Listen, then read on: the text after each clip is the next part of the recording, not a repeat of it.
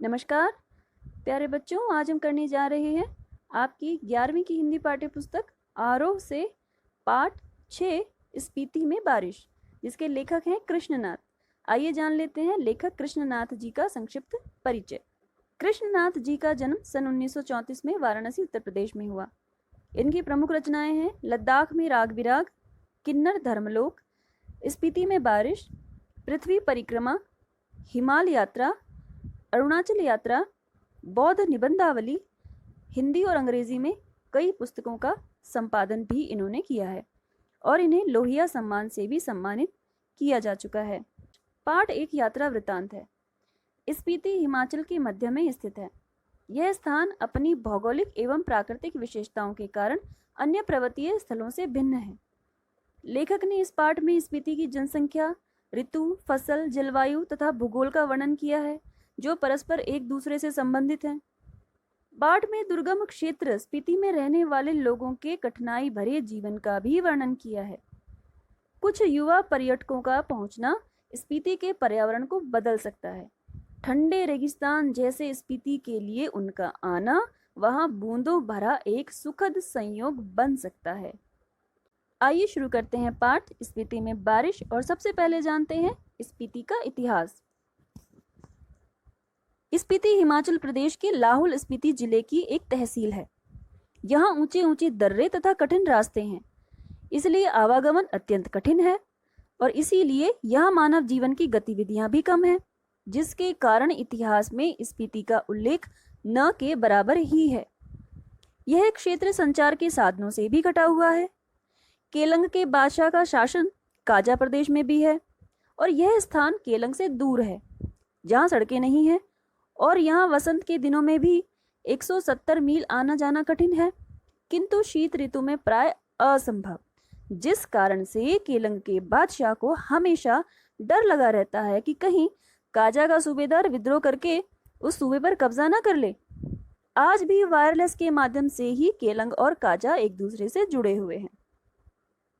प्राचीन काल में स्पीति भारतीय साम्राज्य का अंग रही है।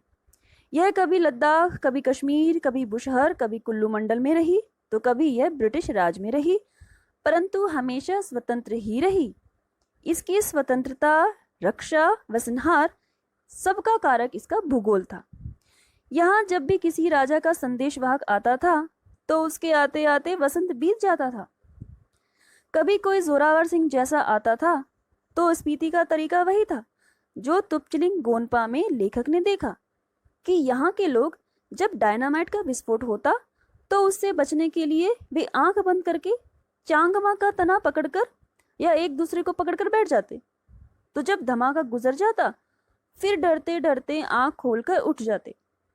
जोरावर सिंह जैसे आक्रमणकारी से बचने के लिए यहाँ के लोग घर छोड़कर भाग जाते थे और यही उनकी सुरक्षा शैली थी। और अब जानते हैं स्पीति की जनसंख्या एवं उसकी शासन व्यवस्था। स्पीति की जनसंख्या लाहौल से भी कम है। वर्ष 1901 की जनगणना के अनुसार स्पीति की जनसंख्या 3231 व वर्ष 1971 के अनुसार 7196 रही है। इंपीरियल गजेटियर के अनुसार इसका क्षेत्रफल 2155 वर्ग मील था तथा जनसंख्या का घनत्व 1 वर्ग मील में केवल 4 व्यक्ति से भी कम था, जो वर्ष 1901 में प्रति वर्ग मील केवल 2 से भी कम थी। भारत को यहाँ का प्रशासन ब्रिटिश राज से मिला।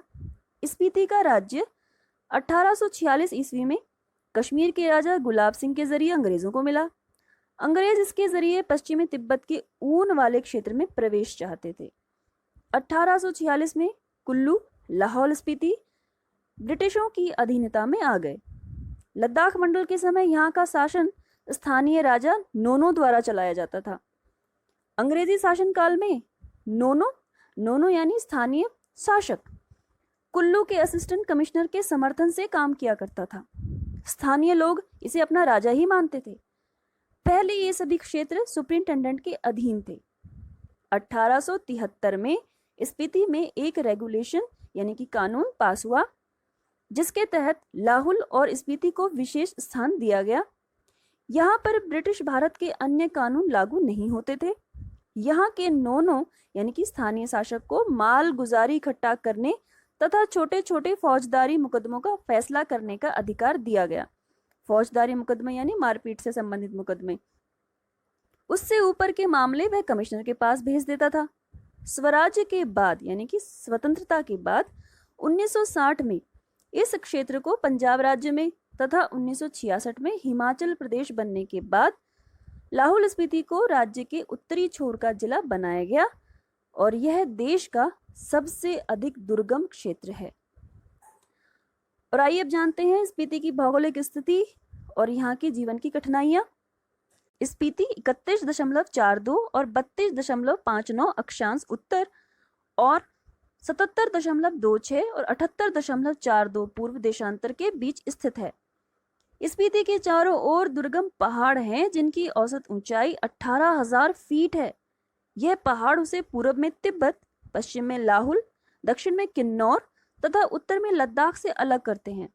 इसकी मुख्य नदी स्पीति पश्चिम हिमालय में लगभग 16,000 फीट की ऊंचाई से निकलकर पूर्व में तिब्बत में बहती है और वहां से स्पीति, रामपुर, बुशहर और किन्नौर होते हुए सतलुज में जा मिलती है। इसके साथ कोई पारा और पिन नदियों की घाटियां भी हैं जो अत्यंत बीहड़ और वीरान हैं, परंतु केवल स्पीति घाटी ही आबाद है और यहाँ के लोग भीषण ठंड के कारण 8-9 महीने शेष दुनिया से कटे रहते हैं। यहाँ घर गर्म करने के लिए लकड़ी नहीं है, फसल भी एक उगाते हैं तथा रोजगार भी नहीं है। इसलिए लेखक समझ नहीं पाता कि लोग आखिर यहाँ रहते क्यों हैं। धर्म या जन्मभूमि के मोह के कारण, मजबूरी के कारण या बिना कारण, इसके पीछे तर्क ढूंढना बेकार है। स्पीति के पहाड़ लाहुल से अधिक ऊंचे, भव्य व नंगे हैं। इनके सिरों पर स्पीति के नर नारियों का आर्तनाद जमा हुआ है। यहाँ हिम का आर्तनाद है, ठिठुरन है, गलन है, व्यथा है। जहाँ स्केटिंग, सौंदर्य प्रतियोगिताएं, आइसक्रीम या छोले भटूरे जैसी बाजारू चहल पहल नहीं है। कुल्लू मनाली, शिमला, मसूरी, नैनीताल, श्रीनगर सब हिमालय नहीं है, यह हिमालय का तलुआ है। लाहुल स्पीति की घाटियां रोहतांग जोत के पार हैं। स्पीति मध्य हिमालय की घाटी है। श्री कनिंगम के अनुसार लाहुल समुद्र की सतह से 10,535 फीट ऊंचा है, तो स्पीति 12,986 फीट ऊंचा है। अब जानते हैं बारालाचा और मानय पर्वत श्रेणियों के बारे में। मध्य हिमालय की जो श्रेणियां स्पीति को घेरे हुए हैं, उनमें से जो स्पीति घाटी को उत्तर दिशा में घेरे हुए है, उनकी ऊंचाई 16,221 से 16,500 फीट है। दो चोटियां 21,000 फीट से भी अधिक ऊंची हैं। इन्हें बारालाचा श्रेणियां कहते हैं। दक्षिण की पर्वत श्रेणियों को माने श्रेणियां कहते हैं और संभवतः इसका नाम बौद्धों के माने मंत्रों के नाम पर पड़ा हो। इस प्रदेश में इस मंत्र का जाप भी बहुत अधिक हुआ है और यह मंत्र है ओम मणि पद्मे हूं। इन पहाड़ियों में माने मंत्र का इतना जाप हुआ कि इसका नाम माने श्रेणी पड़ गया। इंपीरियल गजट के अनुसार माने श्रेणी की ऊंचाई 21,646 फीट है। कुछ छोटी चोटियां 17,000 फीट से अधिक ऊंची हैं।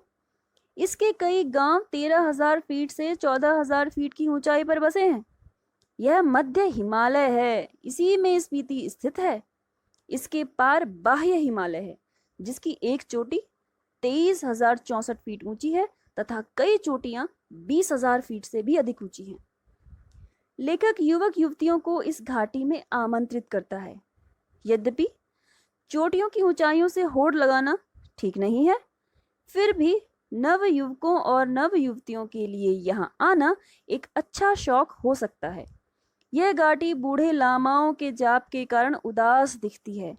यदि यहाँ युवक युवतियां आकर किल्लौल करें, मस्ती करें, तो यहाँ का आर्तनाद पिघले और आनंद का प्रसार हो। अर्थात यहाँ पर अगर पर्यटक आएंगे तो हंसी खुशी का माहौल होगा और यहाँ की उदासी कुछ कम होगी। स्पीति में बसंत ऋतु और शीत ऋतु। स्पीति में लाहुल की तरह दो ही ऋतुएं होती हैं, वसंत और शीत। वसंत ऋतु जून से सितंबर तक अल्पकालिक होती है। शेष वर्ष शीत ऋतु ही रहती है। वसंत में जुलाई में यहाँ का तापमान 15 डिग्री सेंटीग्रेड होता है। शीत में जनवरी में तापमान 8 डिग्री सेंटीग्रेड होता है। वसंत में दिन गर्म होते हैं और रातें ठंडी होती हैं। स्पीति में वसंत लाहौल से भी कम दिनों का होता है। यहाँ वसंत में भी फूल नहीं खिलते, हरियाली नहीं होती। वसंत के अतिरिक्त साल भर यानी कि दिसंबर से लेकर मई तक शीत ऋतु रहती है। बर्फ पड़ने लगती है, नदी नाले सब जम जाते हैं, हवाएं तेज चलती हैं जो खुले अंगों में शूल की तरह चुभती हैं। स्पीति में मानसून नहीं पहुंचता, इसलिए यहाँ वर्षा की बहार नहीं होती। कालिदास ने ऋतु संहार में वर्षा ऋतु के जिस ठाठ का वर्णन किया है वह यहाँ नहीं है। कालिदास ने वर्षा ऋतु का अत्यंत श्रृंगारिक और मादक वर्णन किया है। उसका वर्षा वर्णन लाहौल स्पीति के लोगों की समझ से परे है। स्पीति के निवासी इसके लालित्य को नहीं समझ सकते। वे नहीं जानते कि बरसात में नदियां भरकर बहती हैं, बादल बरसते हैं और हाथी चिंघाड़ते हैं तथा वियोगिनी स्त्रियां रोती कलपती हैं। अगर कालिदास यहाँ आकर कहें कि अपने बहुत से सुंदर गुणों से सुहानी लगने वाली, स्त्रियों का जी खिलाने वाली, पेड़ों की टहनियों और बेलों की सच्ची तथा सभी जीवों का प्राण बनी हुई वर्षा ऋतु आपके मन की सब साधें पूरी करे, तो शायद स्पीति के नर नारी यही पूछेंगे कि यह देवता कौन है, कहाँ रहता है, यहाँ क्यों नहीं आता। कारण यह है कि यहाँ कभी कभी ही बारिश होती है। परिणाम स्वरूप धरती सूखी और ठंडी ही रहती है। स्पीति में वर्षा एक घटना है, एक संयोग है। कैसे? आइए जानते हैं। स्पीति में साल में एक ही फसल होती है, जिनमें जौ, गेहूं, मटर व सरसों प्रमुख हैं, और इनमें भी जौ मुख्य है। सिंचाई के साधन पहाड़ों से बहने वाले झरने हैं। स्पीति नदी का पानी काम में नहीं आता। स्पीति की भूमि पर खेती की जा सकती है जब वहां पानी पहुंचाया जाए। यहाँ फल पेड़ आदि नहीं होते। भूगोल के कारण ही स्पीति वीरान है। वर्षा का होना यहाँ एक घटना के समान है। तो लेखक एक घटना का वर्णन करते हुए कहता है कि जब वह काजा के डाक बंगले में सो रहा था तो आधी रात के समय उसे लगा कि कोई खिड़की खटखटा रहा है। उसने खिड़की खोली तो हवा का झोंका मुंह व हाथ को छीलने सा लगा। उसने पल्ला बंद कर दिया और आड़ में छिपकर महसूस किया कि बाहर बर्फ की बारिश हो रही है।